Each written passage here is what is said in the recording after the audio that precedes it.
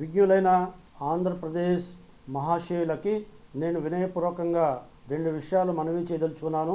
ఒకటి, గతంలో అధికారంలో రావాలని తాపత్రయంతో పాదయాత్రలో నాకు ఒక ఛాన్స్ ఇవ్వండి, నవరత్నాలు కొత్తగా పథకాల్ని మీకు అమలు చేసి మిమ్మల్ని ఉద్ధరిస్తాను అని మభ్యపెట్టి అధికారంలో వచ్చిన తర్వాత ఈ 5 సంవత్సరాలుగా సామాన్య ప్రజానికానికి మరి ప్రతిపక్షాలకి ఆ వర్గం ఈ వర్గం కాక అన్ని వర్గాలని ఏ రకంగా ఇబ్బంది పెట్టిందో ఈ ప్రభుత్వంలో, ఈ వైఎస్ఆర్సీపీ ప్రభుత్వంలో పడ్డ ఇబ్బందులు వర్ణాతీతం.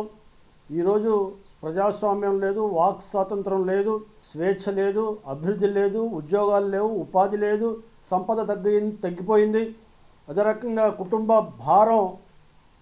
ఖర్చులు మోసే భారాన్ని కూడా మరి ఈనాడు ప్రజలు మోయలేని పరిస్థితుల్లో ఉన్నారు.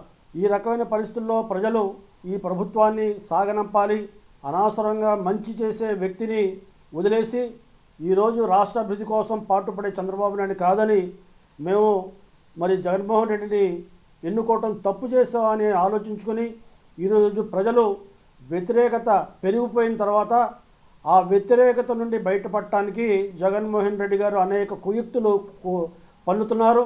అందులో మొదటిగా ఎమ్మెల్యేల మీద వ్యతిరేకత ఉందని చెప్పి 58 ఎమ్మెల్యేలని ఒక ప్రాంతం నుండి ఇంకో ప్రాంతానికి మార్చడం, అదే రకంగా కొందరు ఎమ్మెల్యేని తొలగించడం, ఎంపీలు 10 మందిని మార్చడం, కొందరిని తొలగించడం.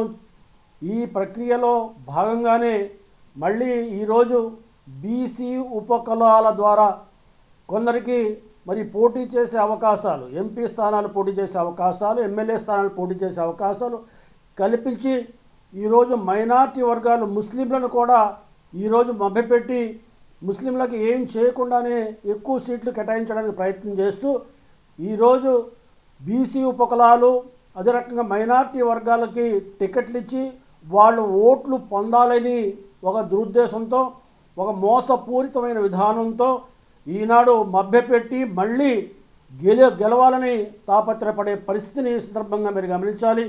వీరు కేవలం ఓడిపోతామనే భయం కొద్దీ ఈరోజు బీసీలో ఉన్న ఉపకులాల వారికి, మైనార్టీ ముస్లింలకి ఎక్కువ సీట్లు ఇవ్వాలనే ఆలోచన, కేవలం ఓడిపోతాం, ఈ ఉపకులాలు బీసీ ఉపకులాలు మైనార్టీ ముస్లింలని మరి రక్షణ కవచంగా పెట్టుకొని ఓటమి బారి నుండి బయటపడటానికి ఇస్తున్నారు తప్ప నిజంగా వాళ్ళలో నాయకత్వాన్ని పెంచాలని కానీ వాళ్ళని ప్రోత్సహించాలని కానీ ఉద్దేశంతో చేయటం లేదు.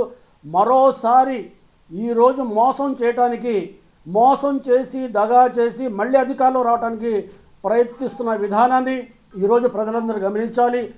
కేవలం కులాలు మా కులం వారికి టికెట్ ఇచ్చారనే భావంతో మళ్ళీ వైఎస్ఆర్సీపీకి ఓటేసి మోసపోకండి.